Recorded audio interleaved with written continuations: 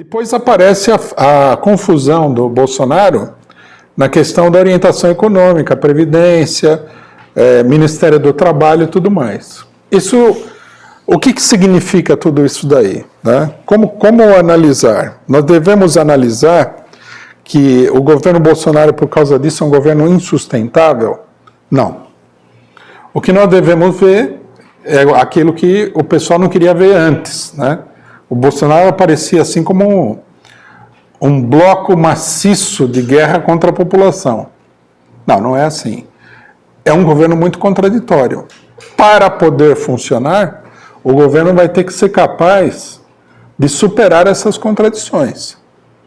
Não uma por uma. Não dá também para você ocultar que isso daí é um ministério do baixo clero do Congresso Nacional, da política nacional, junto com os malucos ideológicos, também são baixo clero em outras áreas.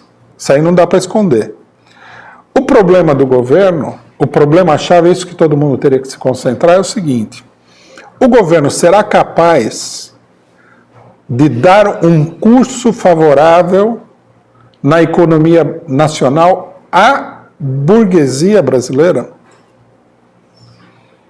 Essa que é a tarefa que o governo tem que superar. Se ele não for capaz de fazer isso daí, né, ele vai naufragar. Existe uma outra possibilidade, que é, digamos assim, tem igual valor que essa possibilidade de ele não conseguir criar um ambiente de lucratividade, principalmente para os especuladores internacionais.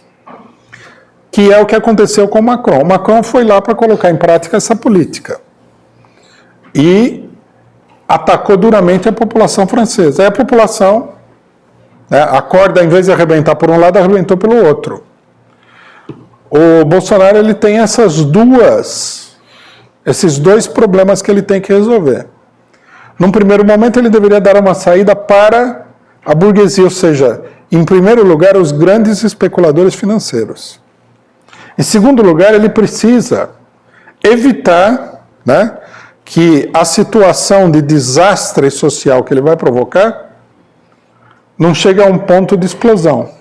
O que não é difícil no Brasil, dada a situação de crise, de desemprego, de crescimento da miséria e tudo mais.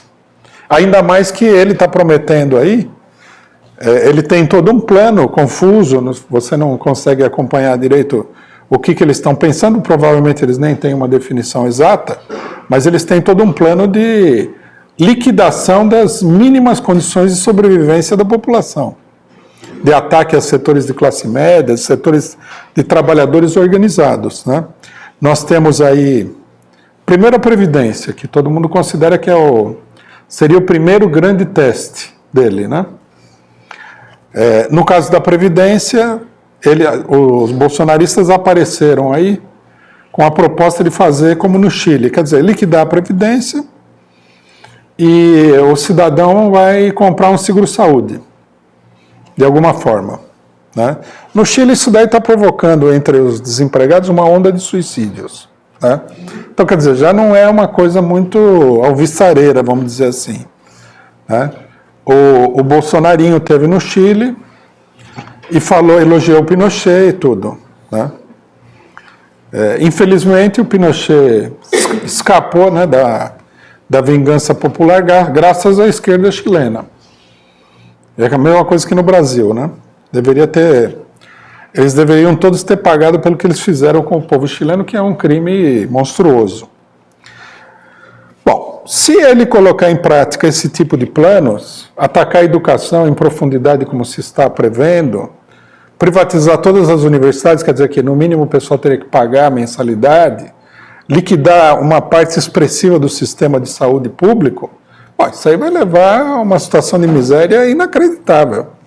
Maior do que estava quando, na América Latina, a política neoliberal causou um conjunto de mobilizações de caráter revolucionário. Argentinaço, a insurreição na Bolívia, a reação popular ao golpe de Estado na Venezuela, mobilizações enormes no Equador e tudo mais. Então, quer dizer, essa é a tarefa-chave.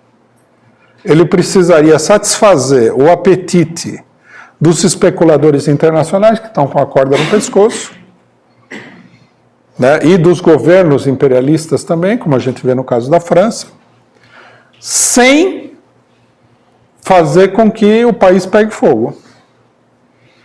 A política dele é a mesma política de todos, né? É tirar dos pobres para dar para os especuladores. Isso é muito claro. Isso é feito sob a cobertura de que, no Brasil, inclusive, a propaganda pega a população relativamente despolitizada, a esquerda não critica, mas é feito sob a cobertura de que você precisa controlar o déficit público, como se para o cidadão que está dormindo na rua controlar o déficit público fosse alguma coisa importante. Né? Deixa de descontrolar o déficit público. Vamos manter a população viva, em primeiro lugar. Né? É como uma pessoa que falasse assim, meus filhos estão morrendo de fome, me ofereceram um empréstimo para comprar comida, mas eu não vou aceitar esse empréstimo, porque eu não quero aumentar a dívida da família. Bom, né, que tipo de coisa é essa? É uma coisa maluca. A esquerda acha que controlar o déficit público é uma coisa boa e não só que é uma coisa boa, como que seria inclusive uma coisa positiva, traria efeitos positivos.